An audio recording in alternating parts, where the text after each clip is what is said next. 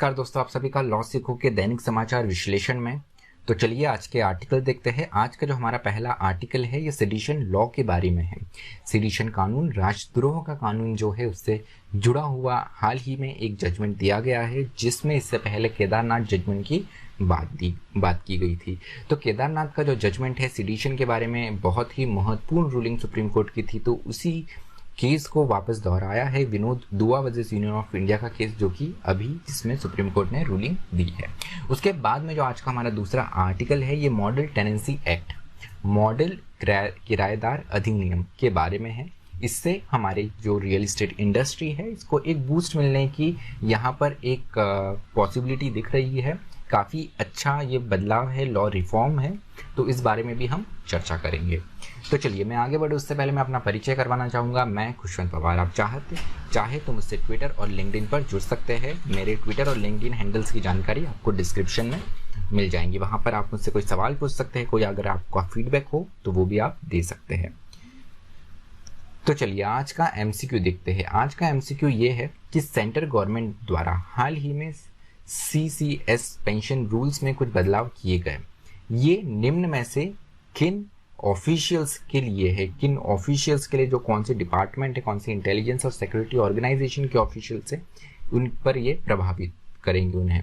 तो आपका option A है ड्रॉ के ऑफिशियल्स के लिए, ऑप्शन बी है इंटेलिजेंस ब्यूरो के ऑफिस को, ऑप्शन सी है सीआईएसएफ ऑफिसर्स को, या ऑप्शन डी ये सभी। जो भी आपका उत्तर हो कमेंट बॉक्स में जरूर लिखिएगा। तो डिस्क्रिप्टिव क्वेश्चन की ओर बढ़ते हैं। वो आज का ये है कि मॉडल टेनेंसी एक्ट क्या है, मॉडल किराएदार अधिनियम क्या है और इसमें क्या बदलाव लाए गए हैं ओनर्स और टेनेंट्स के लिए, जो मालिक है घर के और किराएदार है उनके लिए। तो आपको इसकी पूरी चर्चा करनी है 250 शब्दों में। अब बढ़ते हैं हमारे आर्टिकल के ऊपर। विनोद दुआ versus union of India, sedition का ये मामला था। विनोद दुआ जो कि एक जर्नलिस्ट है, उन पर एक मामला दायर किया गया था सेडिशन का हिमाचल प्रदेश से, जिसमें विनोद दुआ ने यहाँ पर कुछ रिमार्क्स दिए थे गवर्नमेंट और पीएम मोदी के लिए। तो उन रिमार्क्स को देखते हुए यहाँ पर उन पर सेडिशन का केस किया गया था। अब यहाँ पर ये जो केस किया गया था उसमें बरी कर दिया है सुप्रीम कोर्ट ने, यहाँ पे दोषी नहीं पाया है विनोद दुआ को। और केदारनाथ सिंह जजमेंट जो है 1962 का जजमेंट है, तो यहाँ पर जो मूल प्रिंसिपल्स दिए गए थे उन्हीं को विनोद दुआ केस में वापस दोहराया है। तो पहले ये जान लेते हैं कि विनोद दुआ केस की क्या रूलिंग है। विनोद दुआ केस में बताया गया है कि अगर every journalist will be entitled to protection in terms of Kedarnath case as per prosecution of under section 124A and 105 of IPC must be conformity with scope and ambit as laid down in Kedarnath case। तो यहाँ पर बताया गया है कि जब भी section 124A और 505 जो है IPC का अगर आप इन्हें लगाते हैं स्पेशली किसी जर्नलिस्ट के अगेंस्ट, तो वो आपको बड़ी सावधानी और उनका दायरा देखते हुए लगानी चाहिए। यहाँ पर केदारनाथ केस की बात की गई है कि केदारनाथ केस में स्कोप और एम्बिट की बात की गई है कि इसका क्या दायरा होगा, क्या अधिकार क्षेत्र होगा सेडिशन लॉ का। जर्नलिस्ट के केस में केदारनाथ केस में बताया गया है। तो उसी जजमेंट को रिफर करते हुए जब भी आप ये सेक्शन लगाते हैं, ये दो सेक्शन लगाते हैं, तो आपको इस चीज़ का और केदारनाथ में जो प्रिंसिपल्स दिए गए हैं उनका ध्यान रखना चाहिए। उसके अलावा यहाँ पर ये भी बताया गया है कि कोर्ट रिजेक्ट अ प्रेयर। तो यहाँ पर कोर्ट ने एक प्रेयर रिजेक्ट करी। क्या प्रेयर थी? विनोद दुआ ने यहाँ पर रिक्वेस्ट की थी, एक प्रेयर थी कोर्ट से कि अगर किसी भी जर्नलिस्ट जिनका एक्सपीरियंस 10 वर्ष या उससे ज़्यादा हो गया है, अगर उनके अगेंस्ट आप सेडिशन का केस लगाते हैं तो वो एक रूट के थ्रू आना चाहिए, एक कमेटी के रूट के थ्रू आना चाहिए। उन्होंने एक ऐसी कमेटी की बनाने की बात करी जिसमें उस राज्य के जो हाई कोर्ट है, उस राज्य का जो हाई कोर्ट है उसके चीफ जस्टिस या उनके द्वारा नामांकित कोई जज, उसके साथ में वहाँ के मुख्यमंत्री और लीडर ऑफ अपोजिशन, ये तीनों की एक कमेटी होनी चाहिए। उनका ये कहना था, उनकी ये प्रार्थना थी। और इन कमेटी के थ्रू ही यहाँ पर अगर कोई 10 वर्ष या उससे ज़्यादा का अनुभव करने वाले जर्नलिस्ट पे अगर आप केस करते हैं तो वहाँ से अप्रूवल लेना ज़रूरी था। लेकिन कोर्ट ने कहा कि ये हमारे दायरे में नहीं है, ये कानून बनाना, लेजिस्लेशन बनाना, ये विधानसभा हमारी जो लेजिस्लेचर है उनका काम है, तो हम उनके एरिया में इंक्रोच नहीं कर सकते हैं। अब बात आती है केदारनाथ जजमेंट की। तो केदारनाथ जजमेंट में बात ये की गई थी कि सेक्शन 124A सेक्शन 124A जो है ये ब्रिटिश काल में लाया गया था, जो भारत स्वतंत्रता सेनानी थे उनकी आवाज़ दबाने के लिए। तो यहाँ पर उसकी संवैधानिक वैल्यू जो है, वैलिडिटी जो है, कॉन्स्टिट्यूशन वैलिडिटी जो है वो चैलेंज की गई थी केदारनाथ केस में। तो केदारनाथ केस में कॉन्स्टिट्यूशनल वैलिडिटी जो है वो तो सिडिशन लॉ की अपहेल्ड हो गई, उसे तो कॉन्स्टिट्यूशनली सही माना गया कोर्ट के द्वारा। लेकिन यहाँ पे जो दायरा हुआ करता था सिडिशन लॉ का, उसे सीमित कर दिया, उसे रिस्ट्रिक्ट कर दिया कोर्ट ने। तो इनमें किन प्रिंसिपल की बात की गई है? सबसे पहले तो ये बताया गया है कि जब भी आप गवर्नमेंट स्टैब्लिश बाय लॉ की बात करते हैं तो उसमें वो लोग नहीं आएंगे, उन लोगों को हम नहीं मान सकते हैं जो कि कोई एडमिनिस्ट्रेटिव ड्यूटी कर रहे हैं। तो यहाँ पर गवर्नमेंट एस्टेब्लिश बाय लॉ और जो एडमिनिस्ट्रेटिव ड्यूटी जो पर्सन कर रहा है उनके बीच में अंतर है, ये बताया गया है। उसके अलावा मोटी मोटी बात यहाँ पर ये कही गई थी केदारनाथ जजमेंट में कि अगर किसी के वर्ड से या एक्शन से किसी भी तरीके से पब्लिक डिसऑर्डर बिगड़ता है या लोगों में हिंसा की भावना आती है जिससे वो हिंसा करते हैं, और उसके अलावा अगर वो हिंसा में इन्वॉल्व होते हैं और पब्लिक डिसऑर्डर बिगाड़ते हैं, तो ये सारी चीज़ें जो है वो सेडिशियस मानी जाएंगी, वो राजद्रोह देशद्रोह मानी जाएंगी। इसके अलावा जो दूसरी चीज़ें हैं वो हम इस दायरे में नहीं मानेंगे। तो सेडिशन लॉ की जब बात करते हैं तो बहुत ज़रूरी है, जैसे मैंने बताया, तो हम इसकी डेफिनेशन पढ़ ले। तो उसकी डेफिनेशन इस प्रकार है, whoever by words either spoken or written or by signs or by visible representation। तो यहाँ पर लिखित रूप से, मौखिक रूप से या इशारों से, किसी सिंबल से या विजिबल रिप्रेजेंटेशन से आप अटेम्प्ट करते हैं कि जो गवर्नमेंट है इलेक्टेड बाय, जो कि स्टैब्लिश्ड बाय लॉ है हमारे देश में, उनके अगेंस्ट अगर आप डिसअफेक्शन फैलाते हैं तो यहाँ पर आपको पनिशमेंट होगा। तो सेडिशन लॉ में जो पनिशमेंट है 124A में जो पनिशमेंट है वो है 3 साल तक की सज़ा। उसके साथ में यहाँ पे आपको फाइन या दोनों हो सकते हैं। उसके अलावा यहाँ पे बात की गई है कि कुछ महत्वपूर्ण केस है सेडिशन लॉ के बारे में। 1962 का केदारनाथ जजमेंट है। उसके बाद में 1982 में P Alvi versus state of Kerala का केस हुआ था, जिसमें अगर आप पार्लियामेंट में जो कुछ पारित है उसका क्रिटिसिज्म करते हैं, स्लोगन वहाँ पे आप वो करते हैं या जुडिशियल सेटअप में आप कहते हैं, तो वो सेडिशन नहीं माना जाएगा। उसके अलावा बलवंत सिंह का भी केस है जिसमें भी काफ़ी रिस्ट्रिक्टिव इंटरप्रिटेशन किया गया है सेडिशन लॉ का, राजद्रोह के कानून का।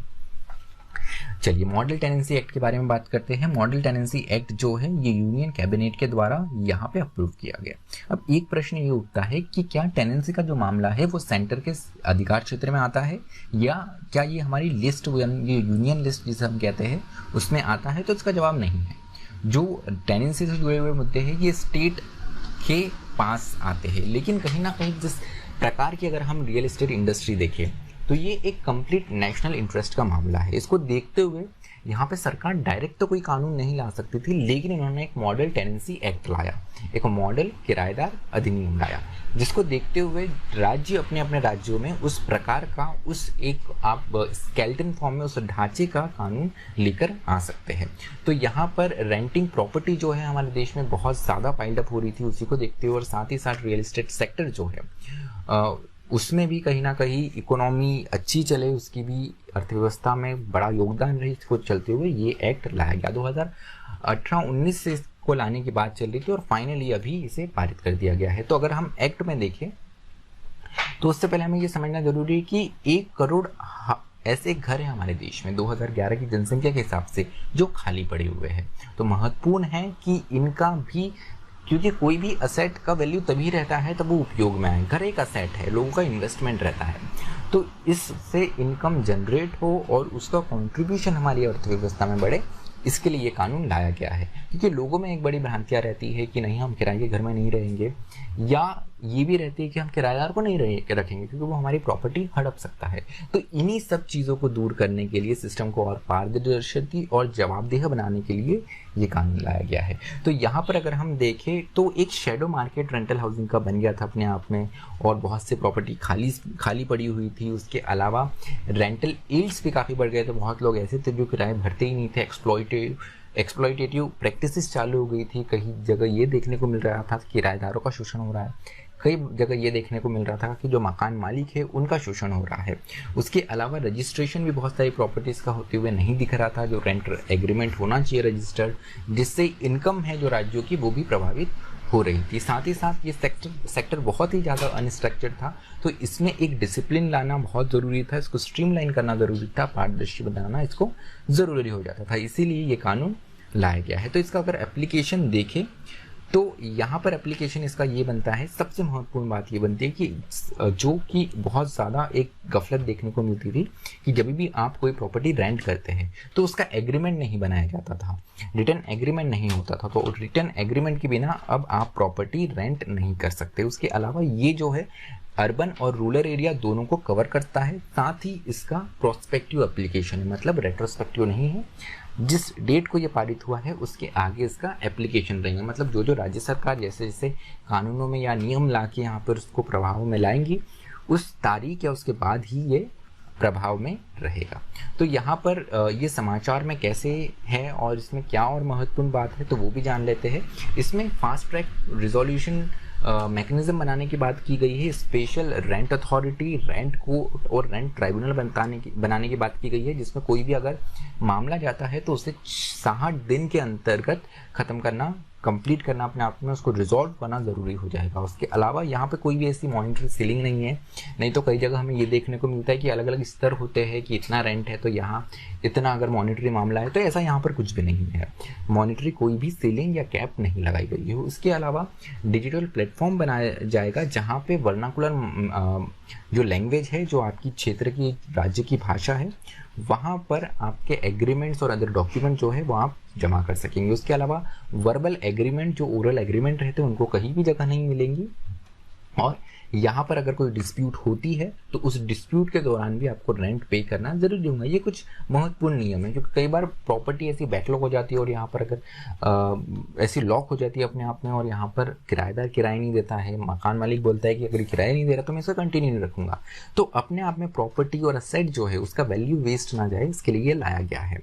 उसके अलावा कुछ प्रिंसिपल बताए गए हैं, जैसे हमें कई बार देखने को मिलता है कि जो सिक्योरिटी डिपॉजिट है वो कई बहुत ज़्यादा लिया जाता है, खासकर मुंबई जैसे शहरों में। तो अभी इसको लिमिट कर दिया गया है। अगर रेजिडेंशियल प्रॉपर्टी है तो 2 महीने का मैक्सिमम यहाँ पे सिक्योरिटी डिपॉजिट लिया जाएगा, और अगर यहाँ पे नॉन रेजिडेंशियल प्रॉपर्टी है, कमर्शियल प्रॉपर्टी है, तो 6 महीने का मैक्सिमम और मिनिमम 1 महीने का। उसके अलावा अगर फोर्स मेजर कोई इवेंट हो जाता है, ऐसा इवेंट एक्ट ऑफ गॉड कुछ हो जाता है, तो वहाँ पर वो इवेंट खत्म होने के 1 महीने बाद तक यहाँ पर जो टेनेंट है उसके पास में समय होगा, उसे लैंडलॉर्ड इविक्ट नहीं कर सकता, उसे बाहर नहीं निकाल सकता है।